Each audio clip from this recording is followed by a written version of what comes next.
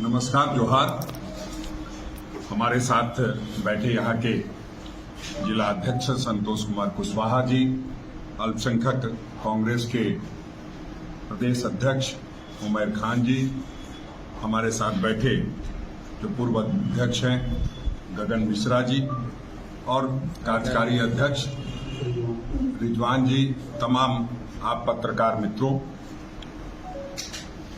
जिस तरह से पूरे देश में एक आतंक का माहौल कायम किया जा रहा है, उसके विरोध में आज हम लोग पूरे देश में 21 से 24 तारीख तक 57 जो अखिल भारतीय कांग्रेस कमेटी द्वारा चयनित या मनोनीत लोग जो हैं पूरे देश भर में आज मोदी सरकार के खिलाफ, मोदी और ईडी के गठबंधन के खिलाफ हम लोग प्रेस वार्ता कर रहे हैं। उसी निमित्त हमारे नेता, हमारे पूर्व प्रभारी आदरणीय अविनाश पांडे जी पटना में प्रेस कॉन्फ्रेंस कर रहे हैं और मुझे गया की जिम्मेदारी दी गई है।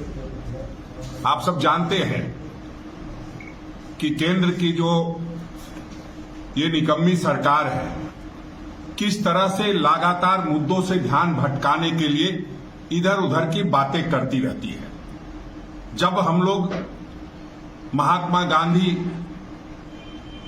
के साबरमती के तट पर जाकर के अपना एआईसीसी का सम्मेलन करते हैं, तो कहीं न कहीं इस देश के प्रधानमंत्री और गृह मंत्री अमित शाह को ऐसा लगता है कि कहीं न कहीं हम गुजरात से पूरी तरह से उखड़ने वाले हैं। जिस तरह से वहां गुजरात में आदरणीय राहुल गांधी जी, आदरणीय मल्लिकार्जुन खड़गे जी, सोनिया गांधी जी को जो रिस्पांस मिला, उसके बाद घबराहट बढ़ी और जिस तरह से आनन फानन में जो लोग वक्फ बोर्ड विधेयक को नहीं चाहते थे, बावजूद किस तरह से आनन फानन में लाया गया और पूरे देश में एक नफरत का माहौल कायम किया गया, उससे ध्यान हटाने के लिए ये एक बार फिर से ईडी का जो खेल है वो पूरे भारतवर्ष में शुरू किया गया और आदरणीय श्रीमती सोनिया गांधी जी, राहुल गांधी जी को लेकर के चार्जशीट दाखिल की गई, जिसका हम लोगों ने पूर्व में बहुत बेहतरीन तरीके से सब कुछ जवाब दिया हुआ है और उसको बेवजह एक जो ताना बाना इनका होता है कि किस तरह से बुन करके हमारे नेताओं की छवि को खराब किया जाए, उस निमित्त इन्होंने चार्जशीट दाखिल करवाने का काम किया। मैं पड़ोस के राज्य से आता हूं, झारखंड से आता हूं। झारखंड में हमारे गठबंधन की सरकार थी, माननीय मुख्यमंत्री हेमंत सोरेन जी थे। किस तरह से ईडी द्वारा ज्यादती की गई, पूरे देश ने देखा कि एक आदिवासी का बेटा अगर मुख्यमंत्री बनता है तो उनको दिक्कत होती है और किस तरह से 5500 पन्नों का चार्जशीट दाखिल किया गया और मुख्यमंत्री को जेल में बंद कर दिया गया। सिर्फ और सिर्फ जो विपक्ष के लोग हैं उन पर इस तरह के मुकदमे किए जाते हैं। नतीजा क्या हुआ कि हम 5500 पन्नों के चार्जशीट के बाद, माननीय मुख्यमंत्री के इस्तीफे के बाद, फिर से हम दोबारा 56 इंच की छाती रखने वाले जो प्रधानमंत्री हैं उनका छाती तोड़ने के लिए हम लोगों ने 56 सीटें लाने का काम किया और फिर से एक बार झारखंड में गठबंधन की सरकार बनाई। जो भी अभी तक केस हुए हैं, मुकदमे हुए हैं ईडी के द्वारा, उसका नतीजा क्या निकला है? 5000 से ज्यादा मुकदमा करते हैं, नतीजा 0 है। 2 मामलों में आज तक कन्विक्शन हुआ है। तो कहीं ना कहीं ये एक वसूली एजेंसी बन गई है। सिर्फ और सिर्फ काम करना है तो वसूली करना है, या अगर पैसे की वसूली नहीं हो सकती है तो नेताओं को वसूल करके उनको भारतीय जनता पार्टी के गोद में ले जाके बैठा देना है। आपने देखा है चाहे बंगाल हो, महाराष्ट्र हो, देश का कोई कोना हो, जहां ईडी के छापे पड़े, जो नेता बेईमान थे उनको किसी न किसी तरह से अपने पाले में ईडी से डरा करके करने का काम किया गया और वो एक बार फिर दहशत का माहौल कायम करना चाहते हैं। लेकिन आप जानते हैं कि आदरणीय राहुल गांधी जी ने भारत जोड़ो यात्रा और भारत जोड़ो न्याय यात्रा के माध्यम से 11,000 किलोमीटर पूरे देश का दौरा किया है और लोगों के दुख दर्द को समझने का काम किया है और लोगों की वो लड़ाई लड़ रहे हैं। अंतिम पायदान पर बैठा व्यक्ति उनको देख के राहत महसूस करता है। तो वैसे में आप जानते हैं डराने की भी कोशिश होगी, धमकाने की भी कोशिश होगी, लेकिन ना हम डरने वाले लोग हैं, ना झुकने वाले लोग हैं। हम लगातार संघर्ष करने वाले लोग हैं और इसलिए हम लोगों ने ठाना है कि इस पूरे मामले को पूरी तरह से आप सबों को बताना है, क्योंकि जो हालात बने हैं देश में, जिस तरह से मीडिया को हाईजैक किया जा रहा है, गलत फीड दे करके गलत बातें चलवाई जाती है, वो किसी से छुपा नहीं है। अगर एजेएल जो मामला हमारी कंपनी है, हमारी कंपनी डूब रही है, हम दूसरी कंपनी बना करके और अपनी कंपनी को मदद करना चाहते हैं, उसमें तुम्हारा क्या है? कौन सी मनी लॉन्ड्रिंग होगी? कौन से विदेशों में पैसा चला गया? क्या हुआ? तो ये बताने के बजाय वो सिर्फ और सिर्फ हैवोक क्रिएट करते हैं, डराने का प्रयास करते हैं। आप सबों को, चूंकि ये जो एजेएल का मामला है, आप लोगों को लिखित रूप से तो दे ही रहा हूं, लेकिन कुछ बताना चाहता हूं कि जो हमारे नेता थे पुरुषोत्तम दास टंडन जी, आचार्य नरेंद्र देव जी, रफी अहमद किदवई जैसे स्वतंत्रता सेनानी 1937 में इस अखबार को हिंदी, उर्दू और अंग्रेजी में लाने का काम किया ताकि वो अखबार देश की आवाज बन सके और देश की आवाज बनी। देश को आजादी दिलाने में अगर किसी अखबार का महत्वपूर्ण योगदान रहा तो वो सिर्फ नेशनल हेराल्ड का रहा है। अब उससे लोगों को परेशानी हो रही है कि जब तमाम चीजों को हम खत्म करते जा रहे हैं, जब आरएसएस के लोग नाथूराम गॉडसे की हत्या तक कर दे रहे हैं, अब उनके विचारों की हत्या करना है, जो हम मीडिया के माध्यम से जो हम अपनी बात रख सकते हैं। चूंकि जिस तरह से हाईजैकिंग शुरू हुआ है, ठीक है, मालिकान जो करते हो करेंगे, लेकिन हम ये जरूर समझते हैं कि आज भी पत्रकार जो है, जो श्रमजीवी हैं, वो लगातार मेहनत करते हैं और सच का आईना दिखाने का जरूर प्रयास करते हैं। इसलिए हम लोग पूरे देश में प्रेस के सामने जा रहे हैं, अपनी बातों को रखने का काम कर रहे हैं। आप देखें कि 1942 के भारत छोड़ो आंदोलन के दौरान नेशनल हेराल्ड पर प्रतिबंध लगा दिया गया था। वो कैसे लगा था? मैं तो ये कहता हूं कि आरएसएस के मिलीभगत से अंग्रेजों ने इस पर प्रतिबंध लगाया था। चूंकि आरएसएस जो थी अंग्रेजों की अनुषंगी इकाई थी और इसलिए देश को आजादी दिलाने वाले महात्मा गांधी की हत्या नाथूराम गॉडसे ने कर दिया कि हम अंग्रेजों के चापलूसी करते थे और आपने इस देश को आजादी दिलाने का काम किया, अंग्रेजों को देश से भगाने का काम किया, तो आप इस देश में रहने के लायक नहीं और इसलिए देश में या दुनिया में रहने के लायक नहीं, इसलिए उनकी हत्या कर दी गई। फिर हम लोगों ने 37-38 में जो एजेएल की स्थापना मूल रूप से पब्लिक लिमिटेड न्यूज़पेपर कंपनी में की गई थी, उनका उद्देश्य संघर्ष का मुखपत्र बनाना था, ना कि मुनाफा कमाना था। आज के दौर में आप देख रहे हैं किस तरह से मुनाफा कमाने का दौर चल रहा है और उस दौर में कोई पीछे नहीं रहना चाहता, इसलिए जो भी खबर प्लांट कराया जाता है वही खबर चलती दिखाई देती है। अभी एक संदर्भ लेना चाहूंगा। आदरणीय राहुल गांधी जी विदेश दौरे पर हैं और उन्होंने चुनाव आयोग की कार्यशैली पे कुछ कहा है, उस पर जो मीडिया या भारतीय जनता पार्टी के साथी हैं जिस तरह से रिएक्ट कर रहे हैं, अरे अब ग्लोबल दुनिया है, यहां आप कहते हैं कुछ तो विदेश तक जाती है और विदेश में कहते हैं तो पूरे दुनिया तक जाती है। प्रधानमंत्री जाकर के हमारे तमाम महापुरुषों के बारे में आलोचना करते हैं। पंडित जवाहरलाल नेहरू, महात्मा गांधी आदि आदि, जो भी हमारे सरदार वल्लभ भाई पटेल हों, मौलाना अब्दुल कलाम आजाद हो, सभी लोगों के संदर्भ में जब बुराई करते हैं तो वो विदेश दुनिया में उससे कोई भारत का नुकसान नहीं होता है। लेकिन आज इनको लगता है कि नुकसान हो रहा है। आप देखेंगे तो 2002 से 2011 के बीच में संस्था को बचाने के लिए बैंक चेक के माध्यम से हम लोगों ने 100 करोड़ 100 छोटे छोटे किस्तों में 90 करोड़ रुपए का भुगतान किया। अखबार की खराब वित्तीय स्थिति के कारण नेशनल हेराल्ड के कर्मचारियों, यानी कि अखबार के कर्मचारियों का, अखबार के पत्रकारों का वेतन मिलने में बहुत देरी हो रही थी। उसको दुरुस्त करने के लिए वह नेशनल हेराल्ड को सिर्फ एक अखबार नहीं, भारत के स्वतंत्रता संग्राम और गणतंत्र के मूल्यों पर आधारित अखबार मानती थी, इसलिए उसको बचाने का प्रयास किया गया।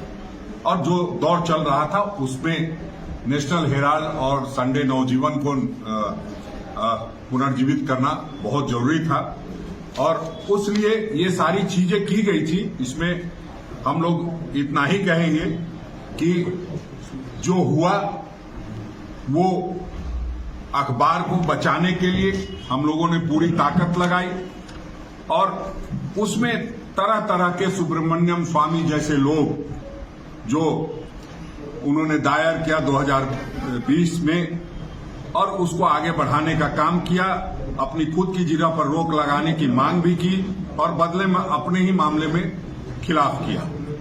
इससे पहले 2012 में सुब्रमण्यम स्वामी की चुनाव आयोग में की गई शिकायत को खारिज कर दिया गया था। चुनाव आयोग ने फैसला सुनाया कि जनप्रतिनिधित्व अधिनियम की धारा 29B और 29C के तहत इस बात पर कोई प्रतिबंध नहीं है कि कोई राजनीतिक दल अपने फंड का उपयोग कैसे कर सकता है। मतलब अगर हम अपने दल के पैसे से अगर अखबार चलाना चाहते हैं तो उसमें किसी को आपत्ति नहीं होनी चाहिए।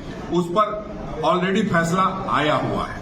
बावजूद आपने देखा किस तरह से पिछले दिनों आदरणीय श्रीमती सोनिया गांधी जी, राहुल गांधी जी को बुला करके ईडी में पूछताछ की गई और सभी बातों से संतुष्ट होने के बाद लगभग आप देखेंगे तो 1.5-2 वर्ष के बाद फिर से ये प्रक्रिया चालू की गई। तो जो लोग हम लोग नारे लगाते हैं कि जब जब मोदी डरता है ईडी को आगे करता है, उस कार्रवाई के तहत फिर से एक बार ईडी को आगे किया गया है और हमने पूरी कोशिश की है, हमने पूरा मुकम्मल जवाब देने का। आपने देखा पूरे देश में किस तरह से धरना प्रदर्शन हुआ ईडी के मुख्यालयों पर और हम लोगों ने जब विरोध जताया तो उससे ध्यान भटकाने के लिए जो निशिकांत दुबे जैसे लोग हैं जो मानसिक रूप से कहीं न कहीं दिवालियापन उनका दिखा रहा है, या यूं कहिए कुछ मनोचिकित्सकों से बात की थी तो उन्होंने कहा गर्मी और अहंकार का जब मिश्रण हो जाता है तो व्यक्ति इस तरह की बातें करने लगता है। शायद उसके शिकार हुए हैं। उनके जो राष्ट्रीय अध्यक्ष हैं जेपी नड्डा, वो कहते हैं कि उनसे हमारा कोई मतलब नहीं है उनके बयान से। अगर बयान से मतलब नहीं है तो उनसे भी मतलब नहीं रखना चाहिए, उन पे कार्रवाई होनी चाहिए कि कैसे वो किसी चुनाव आयुक्त, मुख्य चुनाव आयुक्त कुरैशी साहब के बारे में बोल सकते हैं, कैसे वो अरोड़ा साहब के बारे में बोल सकते हैं, मुख्य चुनाव आयुक्त के बारे में। तो ऐसे लोगों पर भी कार्रवाई करने की जरूरत है। लेकिन ये सीधी बात कहूं तो भारतीय जनता पार्टी का मूल काम आज के समय में जनता के मुद्दों से ध्यान हटाने के लिए इस तरह की कार्रवाई लगातार की जा रही है। महंगाई चरम पर है। पेट्रोल डीजल में जो क्रूड ऑयल में कमी आई जो रेट में, उसके बावजूद किस तरह से दाम बढ़ा करके पेट्रोल डीजल को बेचना है, यही सरकार का काम रह गया है। हमारी जिम्मेदारी ये है कि हमने देश बनाया है, देश बचाने की जिम्मेदारी हमारी है।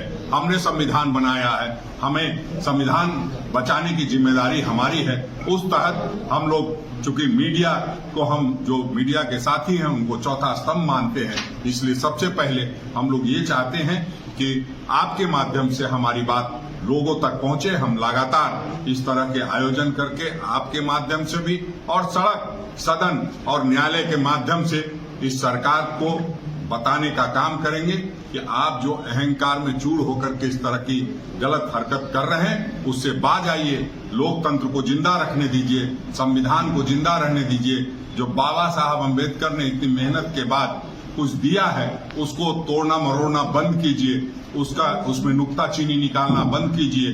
तो उस निमित्त आप लोगों से लगातार मुलाकात होती रहेगी। मैं इतना ही कहूंगा और अगर आपका कोई सवाल होगा तो उसका जवाब दूंगा।